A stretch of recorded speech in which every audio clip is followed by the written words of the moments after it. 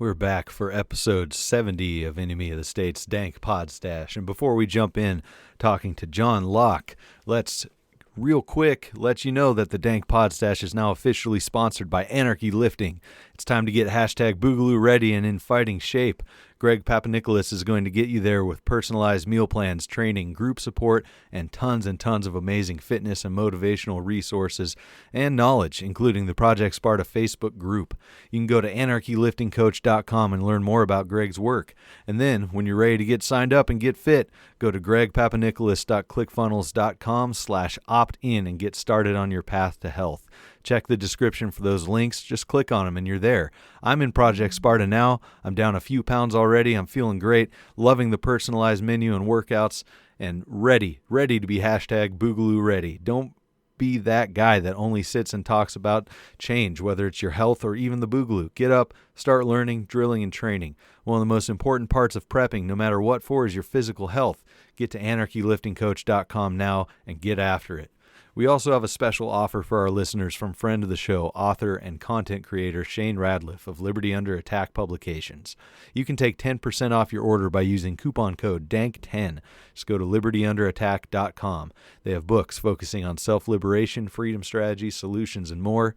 Current books include Hashtag Agora, Second Realm book on strategy, Ben Stone's Sedition, Subversion, and Sabotage, and Shane's very own Vanu, a strategy for self-liberation. They also offer assistance to new authors throughout the publishing process, including editing, proofreading, formatting for Kindle and paperback, and full-service audiobook productions. That's Liberty Under Attack Publications. Share your story, find your freedom. One more shout-out to Bad Moon Hemp. Check out badmoonhemp.wordpress.com. It's your one-stop shop for all your handmade hemp needs, including their beard balm and oil, which I use, and I love it. Now, sit back. Let's talk about some soil, some homesteading, and all kinds of good stuff with John Locke on episode 70 of Enemy of the State's Dank Pod-Stash. Enemy of the state. An enemy of the state. Enemy of the state. Dank Pod-Stash. You're listening to Enemy of the State's Dank Pod-Stash. Check out thedankpodstash.com to find every episode of the Dank Pod-Stash, links to support the show via our BitBacker and Patreon, Dank Pod-Stash merchandise, and much more. If you'd like to advertise on the Dank Pod-Stash, email us at dankpodstash@gmail.com. Zombie presidents! What anarchy! Zombie presidents!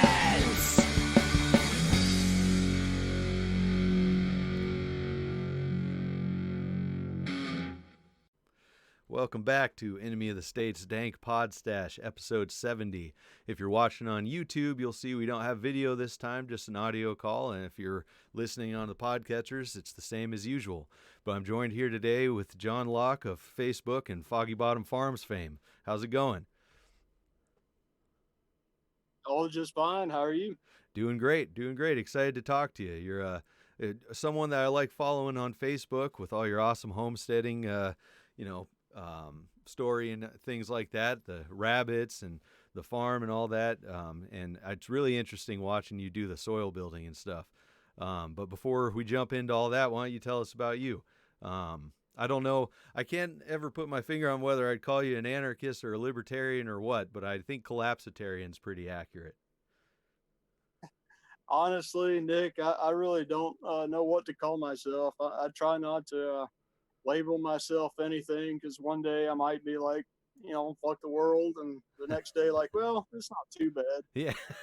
So I don't know. I kind of go from collapsitarian one day, libertarian the next, anarchist following week. Yeah. Well, I think we disagree, or we agree on more than we disagree on when it comes to all that anyways. We both don't like taxes. Taxation is theft.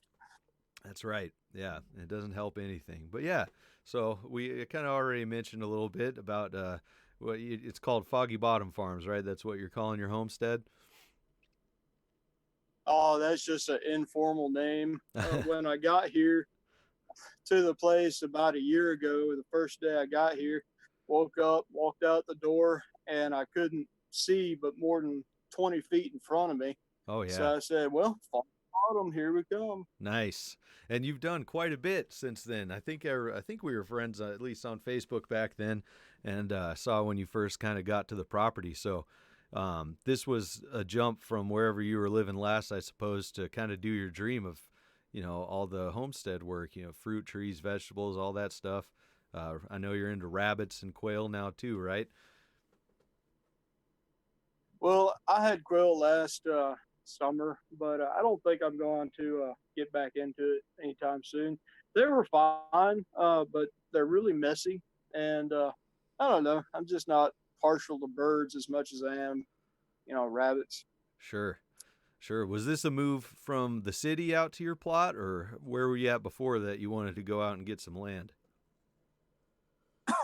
Well, I lived in the city most of my life. I grew up in small town America, and just moved around a little bit from here to there, and always kind of had a small garden plot anywhere I ended up, and kind of grew from there. My passion for it. I went to university in biology. Got a degree in mathematics and natural science, and went back to school in psychology, fixing to finish up that degree. I don't know. I've always been interested in getting back to nature, getting more, self-sustaining, I suppose. Mm-hmm. That certainly follows along the lines of the collapsitarian viewpoint, because if you're going to want everything to collapse and go to shit for government and whatnot, it's good to have your own legs under you when that happens. Yeah, well, my view about that is governments will collapse. The people, though, will stay behind. And I don't really see it falling into anarchy, because people will always want to have some kind of leadership, regardless if we want them to or not. People don't want the responsibility for their own lives, so they look to somebody else to tell them what to do. I think that's kind of human nature. But me, I don't have to have somebody else tell me what to do. I'm just trying to make it on my own and build my community and give away food and raise my family. Yeah, and that's what it's I all try about. not to really worry about what's on the world stage. I don't really care much about that. I kind of subscribe to Dr. Stephen Covey's outlook, where you take responsibility for your own life, and then you have everything within your control that you can worry about, and you don't have to worry about it because it's in your control. And then everything that's out of your control, and you shouldn't worry about. And that's government. That's everything. All the laws. You just kind of do what everybody else does and ignore the law until you get caught. Yeah, no, you're hitting the nail on the head. I don't think government's ever going to go away completely, whether it's through collapse or revolution or anything like that anyways, because people want, like you said, people want government. It's always going to exist. I think it's just important to be able to opt out if you want, to be able to be left alone from it. And I like what you're saying about just ignoring the things you can't control, because that's kind of the ironic thing about government, right? They make you think that you can control aspects of it through voting and things like that, all these different initiatives. And then once something gets passed that you think is in your favor, maybe like up here in Washington, people are fighting the income taxes, have been for years, and they think they're winning that victory, and then everywhere else just gets taxed on top of it to recoup the losses that they're not getting from the income tax. So that's a good way to look at it. It's out of your control, so just control what you can yourself. Well, the whole thing about homesteading is, and prepping and being prepared or whatever, and living this kind of country lifestyle, is that you kind of create your own anarchy, in a sense, that you're not relying on a government handout, or you're not relying on a grocery store. You're not relying on somebody else taking care of you when when stuff does go south, you kind of create your own personal anarchy bubble. And I really like that kind of concept. Yeah, absolutely. Same here. Along with the community building that you were talking about, because you really, I don't think you can actually change other people. So, if you're just focusing on building your own personal anarchy, I think the best result that will come out of that, not outside of stuff for yourself, is other people seeing it and being inspired by it and deciding to do something for themselves. I don't think that yelling at people on Facebook all day or even in real life is really going to change anybody. I think that's going to come from them. So showing them what you would like to see, like what you would want to be, I think is probably the best way to do that. I think you're doing a good job of that. Thank you, Nick. Appreciate that. I know we like following all your shenanigans on Facebook, and we got a tomato growing contest coming up this year too. I'm looking forward to. I am looking forward to that as well. So what took you to psychology from the previous degrees? I don't know, man. I just kind of like to know how people think, why I think the things that I do. I've had family members and friends with different mental illnesses that they're combating in their lives. And I wanted to understand them better.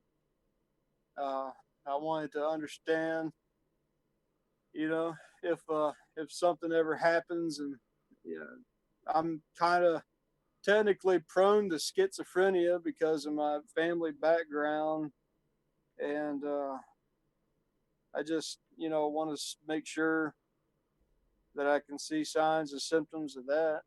I've always kind of had an interest in that. But I just I don't know really why I took to psychology. I was reading it. I've read volumes of psychology books, all the Stanley Milgram and Zimbardo, Stanford Prison Studies. I've read all kinds of history of psychologies, Mesmer and all of his hypnosis stuff, Sigmund Freud and psychoanalytics. I don't know. I find it all very fascinating. And then I go to college and I don't learn anything that I haven't already self-taught, which is kind of, I don't know, discouraging. Yeah. But at least, hey, I'll have a sheet of paper at the end of it. Right, and that's the whole thing, right? Everybody wants that piece of paper to take take what you've learned seriously, I guess. I was just curious because it seems like there's more. You talk about that less on your platform on Facebook than most other stuff, so it just seemed like an interesting thing that you decided to go that route. I know I know you like showing pictures of the farm, and I know everybody likes seeing those pictures too. I did want to ask you kind of to talk about the soil when you started there. Was it kind of clay, really holds the water, and so you've been working on treating, or I guess rebuilding your soil to be able to grow better?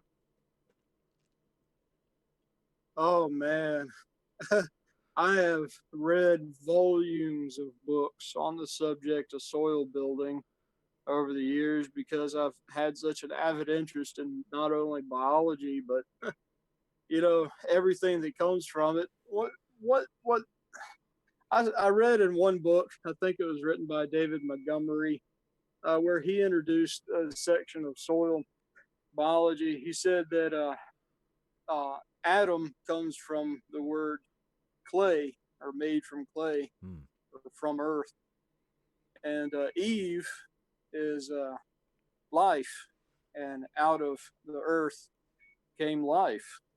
And if you really think about it, everything that we touch, everything we eat, everything is from this earth, and everything will eventually return to it. So it's kind of one of those things that it's always fascinated me. Civilizations have risen and fallen with the quality of their soil. Rome did.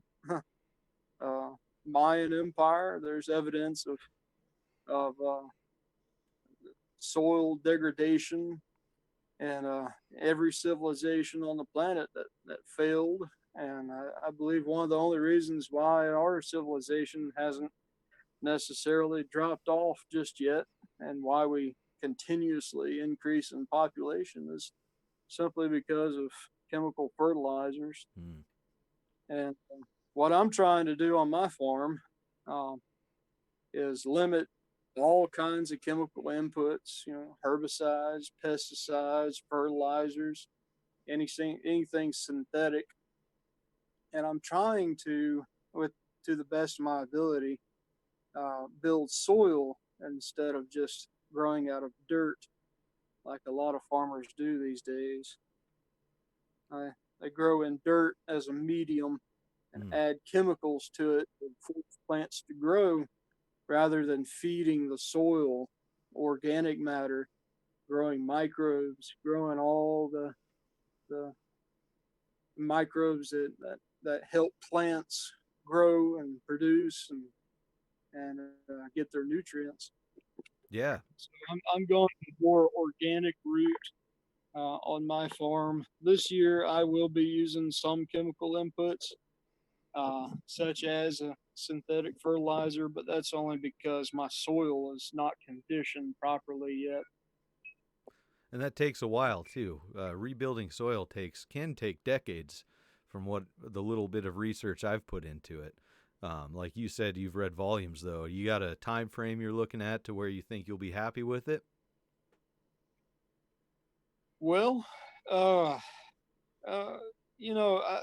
read Dr. Elaine Ingram's books. I've read Teaming with Microbes.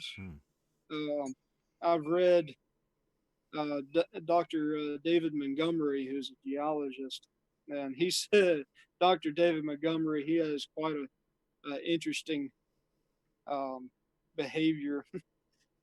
He makes some funny jokes, but anyways, he said that soil building, from a geologist point of view, can take thousands of years. Basically, if you track it from the rise of one civilization to the next, you have anywhere between 500 to 1,000 years, and that's because the soil gets to rest and produce and build between civilizations. And I think that's kind of interesting because there's also this guy in I think North Dakota or South Dakota. His name is Mr. Brown, Gabe Brown, and he has a 5,000 acre farm, and he is all organic except for a little bit of herbicide. He refuses to go completely organic because of all the government red tape. Sure. Now, since 1994, he's been building a soil, but he got completely off of all synthetic fertilizers, herbicide, very little herbicide, and all pesticides by 2009. So that's just a little over a decade. Yeah. Where he was able to take his farm from conventional farming to what he has now. I thought that was kind of interesting. If you want to learn more about that, I suggest reading the book Dirt to Soil by Gabe Brown. I'll definitely put that on the list, and I'll put that in the show notes for everybody to be able to look up as well. Dirt to Soil by Gabe Brown. You mentioned, too, the fall of empires due to their soil, and you mentioned the Mayan Empire, and that got me thinking about some of the evolutionary psychology and anthropologists and things that have been on the Joe Rogan podcast I like to listen to. And maybe this might not have been one of them. This was probably Graham Hancock, I think. But they were talking about the what's it called? The terra preta, which Portuguese for that Amazonian dark earth or the black soil. That it seems like it was human engineered. Yeah, what they did was they slashed and burned their trees which is not actually something you're really supposed to do. These days, they say mulch the soil as much as you can and add organic matter.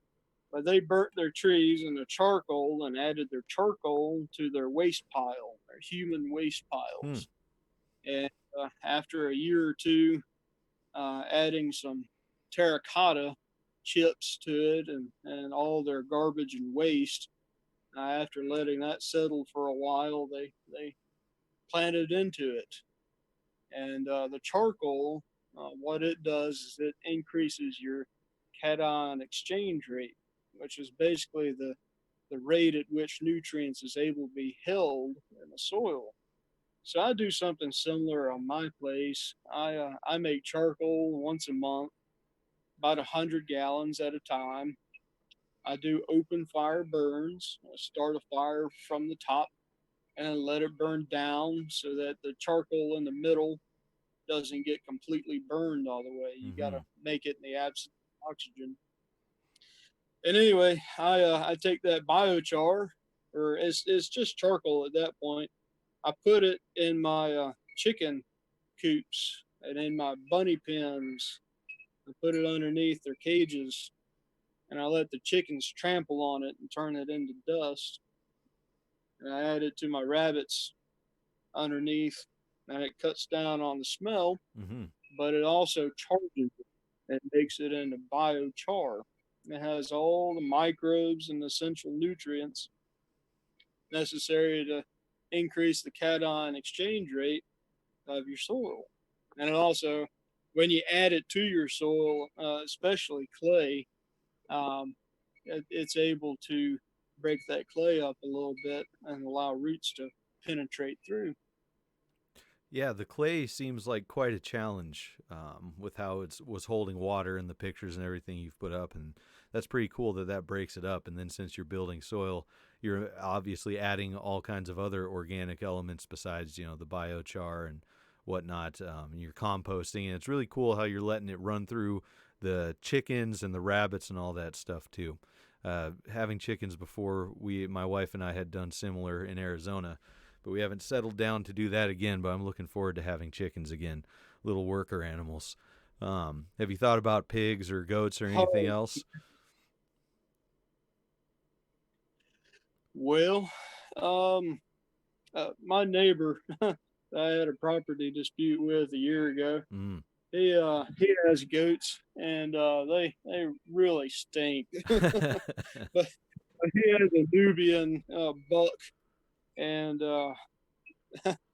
they like to piss on their beards, and they think that's sexy. Yeah, that doesn't sound and awesome. So the goat smell enough in his yard, 400 foot away. Yeah, that'd take quite a bit of biochar to get rid of that smell, huh? Yeah, no kidding. It's back to the point again about the civilizations or empires, I guess, collapsing due to their soil. That's something I never really read about or heard about, but that makes a whole lot of sense, because if you're going to have to import your main, necessities, food, and instead of having your own agricultural industry, it seems like it could be definitely backbreaking economically. Are there books and things you've read on that? Where did you come across that information? Oh, absolutely. One of my favorite authors, he's only written like 3 books, but he's the geologist, Dr. David Montgomery. He wrote a book called Dirt, Nice. The Rise and Fall of Civilizations. And it's over 200 pages of very hard data that you can look up. He's a scientist, so it's cut and dry a lot of the time.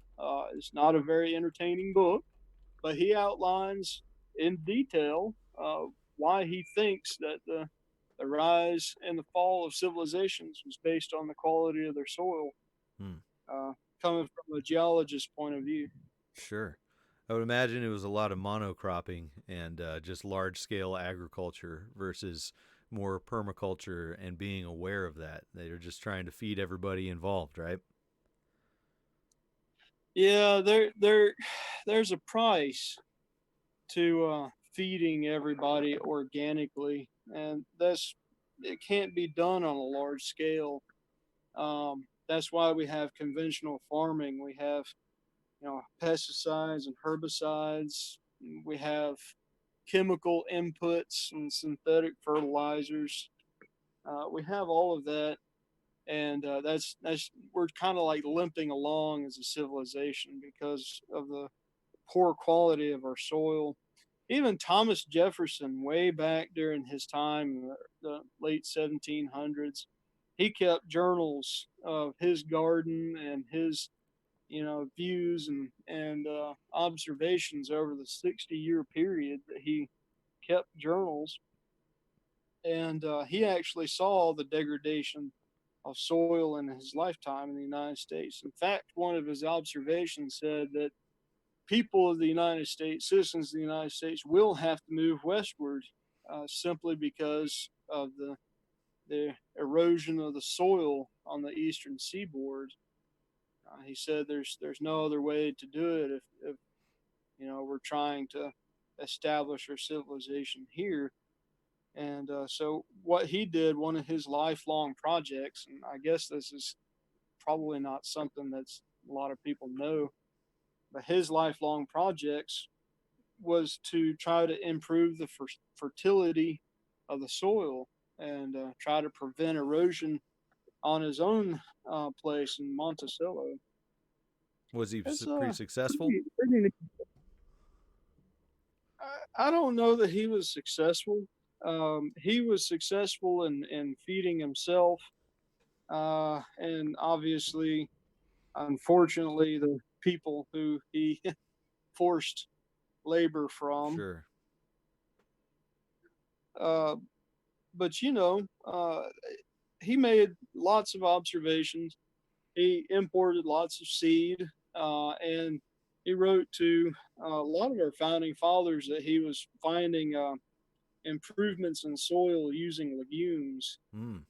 He didn't know that legumes enrich the soil so much, but he was on to something, and it wasn't him that really put the science to it, but he wrote letters to his friends, basically outlining the details of it. Sure. And You can find all that in Jefferson's Garden and Farm book. yes, I plan on getting a copy of that after seeing your copy on Facebook and talking about that. Seems like a good read. Yeah, I consume books. I read all the time. Seems like I'm on Facebook a lot and always busy doing a project too, but I keep my nose in books as much as I can. Yeah, it's good. No, it's interesting too when we look at it from an individual like you all the way up to the scale of government and or large scale agriculture, which is pretty much only subsidized by government now. That's a whole nother rabbit hole to go down. But with an individual working to improve your own soil and make it last, and thinking about the future with that versus just throwing money and chemical fertilizers and things like that instead of looking at the long term. It's kind of an excellent metaphor, I guess, for how a government versus an individual thinks about the long term and thinks about taking care of themselves and the people around them. That's very, very interesting to think about. So do you think that Indeed. adding your biochar and anything else is going to be a lifelong thing, or do you think you'll get to the point where rotating crops and whatnot is going to be enough? Maybe even the legumes, like you were talking about.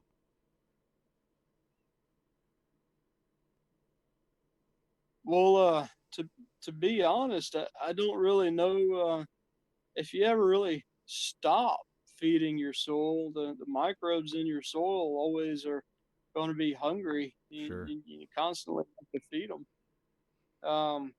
The terra preta in South America that you mentioned earlier it's 6 foot thick in some places, and I don't think they ever stopped either. They built their soils up over 1,000 years, Mm-hmm. and in terms of doing that, and in terms of my lifetime is just not enough. Right. I Yeah. do what I can. It seems like it could definitely become more cyclical and just part of life versus having to work so hard and focused on improving it once you get it closer to where you want it. Because, like you said, you have the cycle of the char and any other food scraps and whatnot that you can compost and just get the cycle going, as opposed to focusing solely on improving the soil from straight clay. Just getting into the rhythm of it, and that makes sense. Well, there's a lot you can actually do to improve soil, to get it ready and improve water filtration, infiltration, and add nitrogen to the soil just through cover crops. Gabe Brown, that book that I mentioned earlier, Mm-hmm. he grows 8 to 16 seed mixes, and he plants 5,000 acres at a time, and he runs almost 1 million pounds of cattle on a 1 acre and rotates them out a few times a day. And there's lots of things that you can do as a backyard homesteader to improve your soil. But I think the main thing that needs to come out of the conversation is don't wait until something major happens, because you need time to build your soil. You need time to get organized and get started. And if something happens, having some groceries stored in a pantry is not going to be enough over the long term. Sure. Yeah. There's these kits you can buy on Amazon. By the way, these seed kits, Mm-hmm. and I've bought a few myself. But what people don't realize is they can't just keep seeds in a bag and then not learn how to grow Mm-hmm. in your zone. It just doesn't work like that. You gotta kind of live it.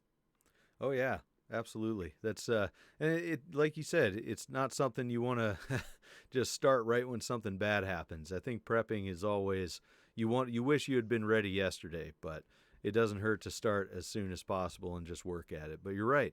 I've moved through a couple of different zones with my wife, and we've always had a small garden, and that's usually in Arizona, around that area. But now up in Washington, it's kind of like learning all over again, because it's definitely different from Arizona.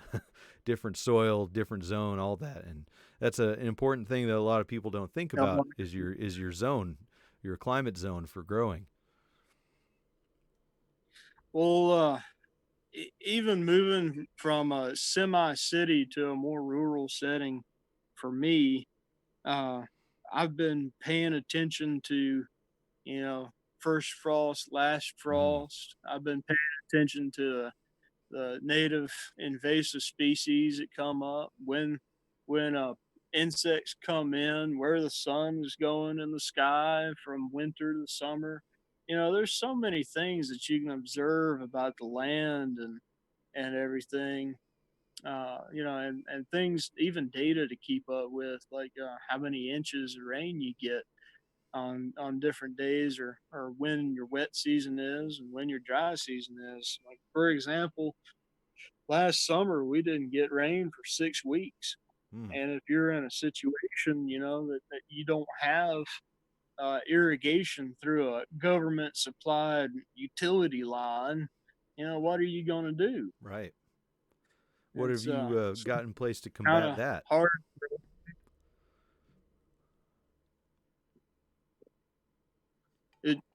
I didn't catch that. Oh, sorry. Yeah, I was asking, what are you working on to combat that, to keep the water supply in the event that you're out of the government grid, more or less. Well, I actually recently made a Facebook post, kind of joking around. I got this pool that came with the property, and I hate pools. I hate maintaining pools. I got this 10,000 gallon pool sitting here filled with algae that could also double over as a fish pond and a place to keep 10,000 gallons of water to water my crops. Sure. So I mean, there's ways to do it here in Louisiana, where I'm located, and as much clay as I have, if I just dig a hole in a low spot, I'd have a pond out here in 6 months. That's true. You Yeah. know, it's so, you know, you got to make do with what you got. Backyard homesteader in the city. I mean, there's so much government regulation. Depends on, you know, where you're at nationally, if you can even collect rainwater. Oh, I yeah. couldn't imagine an area like that. And, you know, you got to sometimes just ignore uh, the law, and you got to do what you feel is morally right for, you know, surviving and maintaining a way of life for you and your family. You know, there comes a point where you just have to ignore it and do what you feel is necessary. Yeah, absolutely. Because if it comes down to it, the things that they're prohibiting you from doing, if you need those things, they're not going to provide them for you in the, you know, whatever disaster event. We see in every big disaster the inefficiency of government. You know, Hurricane Katrina comes to mind, things like that, and they go and take Oh, people's gosh. guns away, all that stuff. Yeah, I lived through some of Hurricane Katrina. It was not a good time for anybody. I remember them confiscating guns.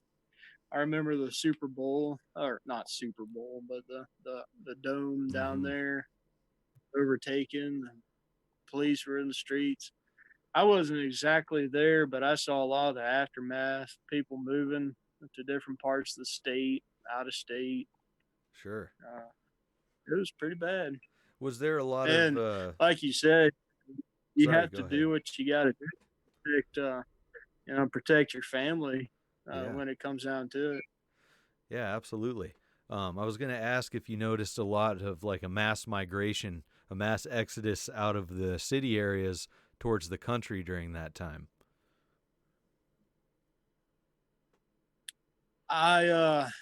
I wouldn't say so. No, a lot of people they actually moved out of state. Louisiana, in fact, is losing population faster than we're gaining or birthing here. Really? And it's because we're one of the highest tax nations or states in the United States. You know, I read one article that said we'd be number 80 out of 80 states if we had 80 states in tax rates. So, you know, this is pretty bad.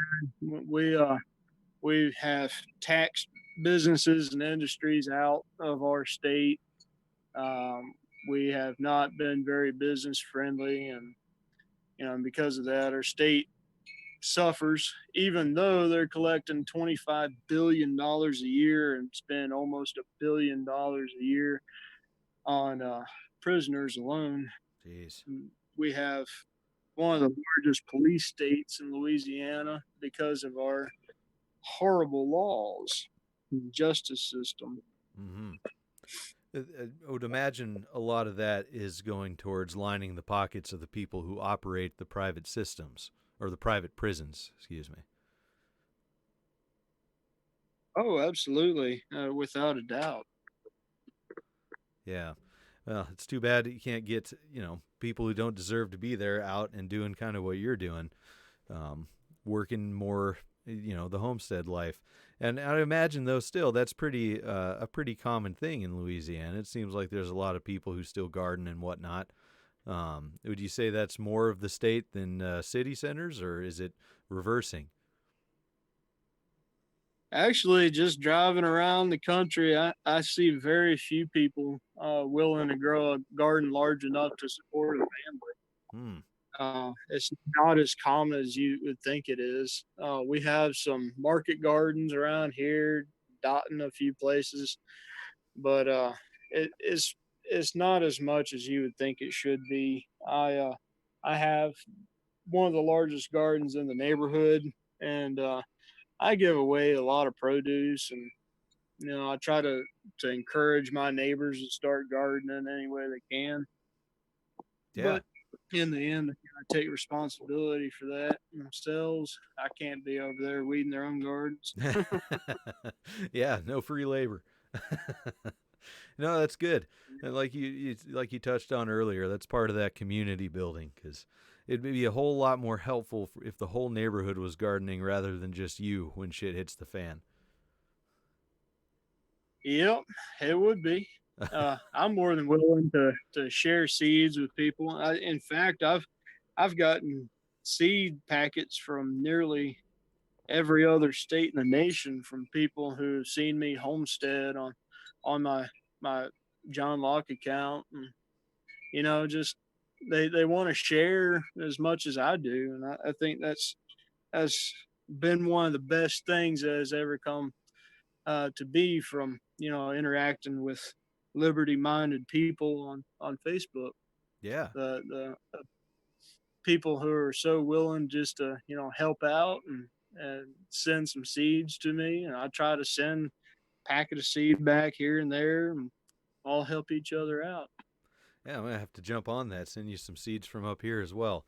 I do like that. I see that you always post when you get a new, a different kind of tree or seeds or anything online. And it seems like you have some pretty good barter relationships with people in your area, picking up different trees and things like that. Because I can't imagine people are mailing you the saplings. You'd be surprised at what you can send in U.S. mail. But yeah, I mean, I'm just a friendly guy. I'm a Southern redneck. I drive a truck, wear boots. I know everybody in town. I'm a teacher, so I've known tons of families, and they know me, and they know what I like and enjoy. And I have people everywhere around here that tries to help out, and because in fact they like to follow my accounts and see what I'm up to and doing, and they kind of feel like they want to take take a small part in what they see online, on Facebook. Yeah, absolutely. That's the larger end of the community building outside the neighborhood is when you start getting to social media. You can reach so many more people. And yeah, that's something I wanted to ask about too, because you teach at private school now, right? I do. And I thought you had mentioned about moving to public school maybe after you finish your psychology degree. That's right. Now, why would you move from private to public school with your views on taxation and things like that?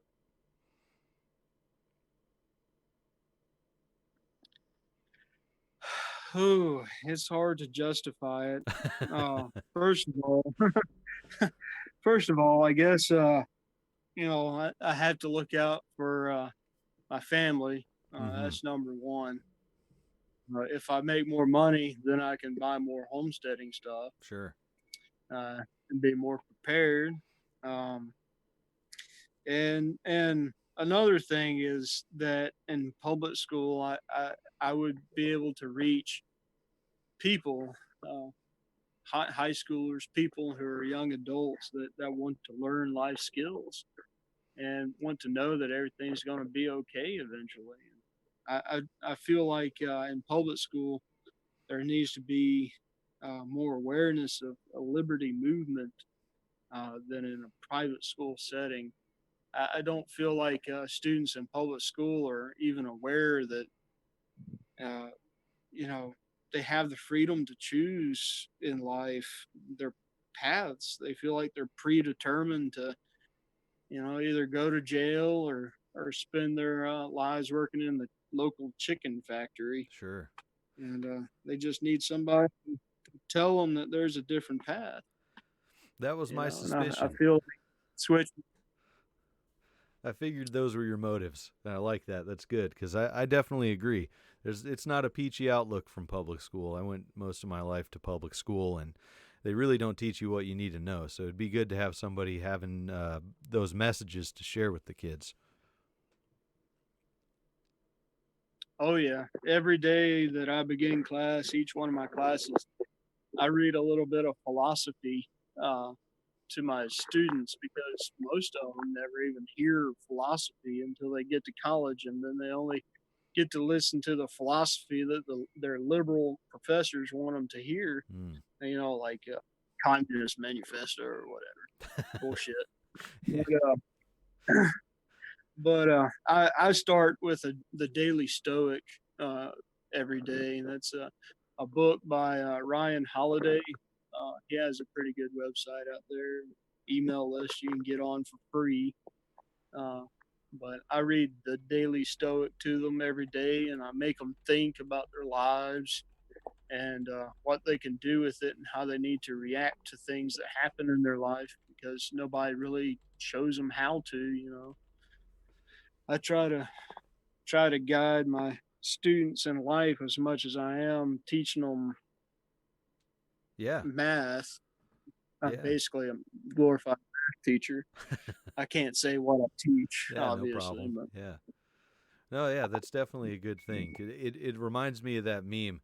Well, it's more of a tweet, but it's a student asking how to do taxes, and they just get handed a recorder to learn how to play. It's like, how do I do taxes? How do I A calculate squared this? plus B squared equals C squared. Yeah. You don't need to know taxes. Learn to play hot cross buns on that instrument. Unfortunately, that's what public school is like. The corporations that control our country through government, it's one and the same, really. And all the corporations need are people who are just smart enough to push the buttons and push the paperwork. They don't need somebody who can think for themselves. That's And right. they do that pretty good through public education. They remove all thought processes, and they just want good factory workers. Yeah. But the factory model of education is not going to live up to par in the next 50 years. There's probably going to be a major shift in education Well, how so? from what it is now. I feel like from my research, it seems like every 30 years or so, we switch from this liberal arts bullshit, excuse my French, to trade schools and stuff like that. Where we teach students actual job skills and whatnot. We have a few high schools in our area that's already gone over to that. They're teaching welding and mechanics and stuff like that, which is great. But I think it's going to be on more of a national scale here pretty soon. That shift, from philosophy, well, not even philosophy, that shift from here's Shakespeare's plays to this is how you actually take care of and rebuild a car engine.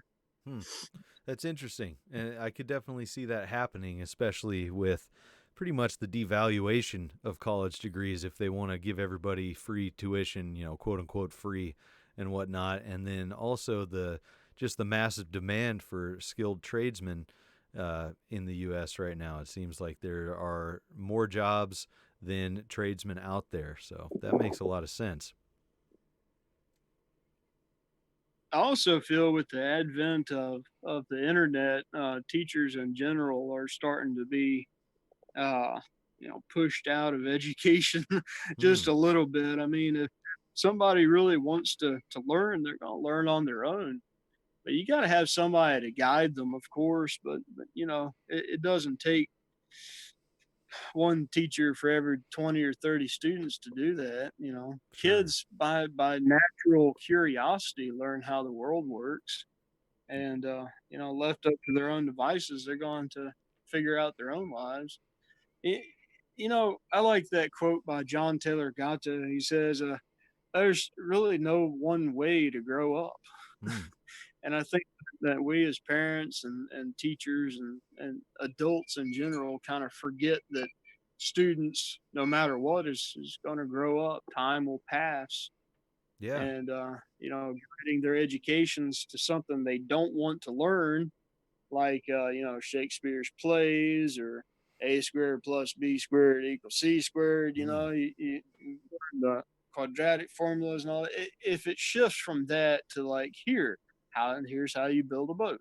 Here's how you build a house. Here's how you actually run a business by apprenticing at a business. I think there's going to be a major shift from that, from our factory model of education to more like apprenticeships and trade. And really, to be honest, the real philosophers of our time We don't even know their names yet. They're going to be the homeschooled people, the people who've learned at home and self-taught, philosophy, read as much as they are curious about, and then they form their own opinions about how life works and meaning of life and their purpose in it. Yeah. I think that there's going to be a shift to homeschool because we have these little fascinating devices in our hand, that can look up any infinite amount of data on our phone, and if we want to know something out of the blue, we don't have to go to a book anymore. We just say, "Hey Siri," okay Google. Yeah, absolutely. Yeah, and it makes sense because there's a lot more self-paced, learning programs, or even with, I can never remember the names of the colleges. I think MIT, and there's other ones that offer all of their courses online for free now.